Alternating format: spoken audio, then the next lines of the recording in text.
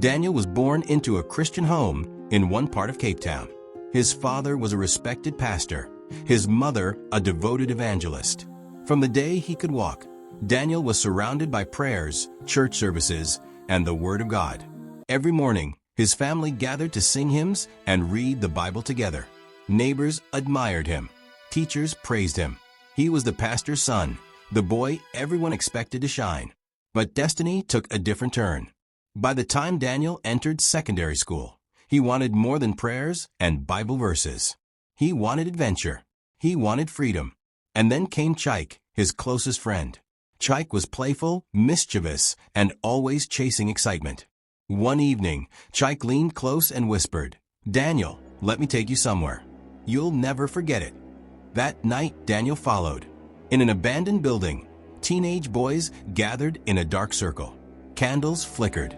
Knives flashed. Strange chants filled the air. Before Daniel could escape, a blade cut his arm. Blood was spilled. At just 15 years old, he was initiated into a cult confraternity. At first, Daniel felt fear. But soon, that fear turned into power. Students began to step aside when he walked through the school gate. His name carried weight. His voice carried fear. By 16, Daniel had risen to number 1, the leader of the cult. At home, things were different. His father noticed his silence. His mother prayed louder at night. "Daniel, return to God," they begged. But Daniel was lost in a world of knives, alcohol, and charms. Then came the darkest chapter. A rival cult challenged Daniel's group. It began as threats, then a fight, then a war. Students clashed in classrooms and fields. Screams echoed.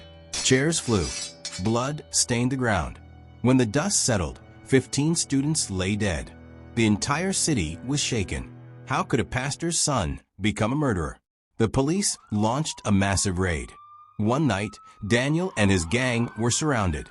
Handcuffs locked around his wrists. The next day, newspapers screamed. 17-year-old cult leader arrested. Pastor's son exposed. The trial lasted months.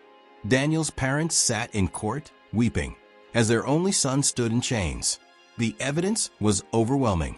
When the judge finally spoke, silence filled the room.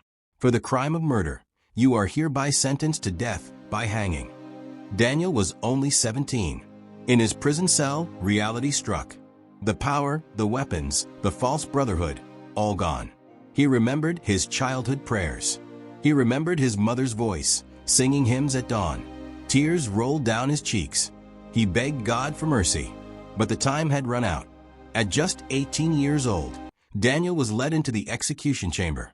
The noose dangled before him. He looked up one last time, whispering words no one could hear. And in a single moment, his life ended. Daniel's story became a warning across his community. A boy born in the light, destroyed by wrong choices. A pastor's son who traded his Bible for blood.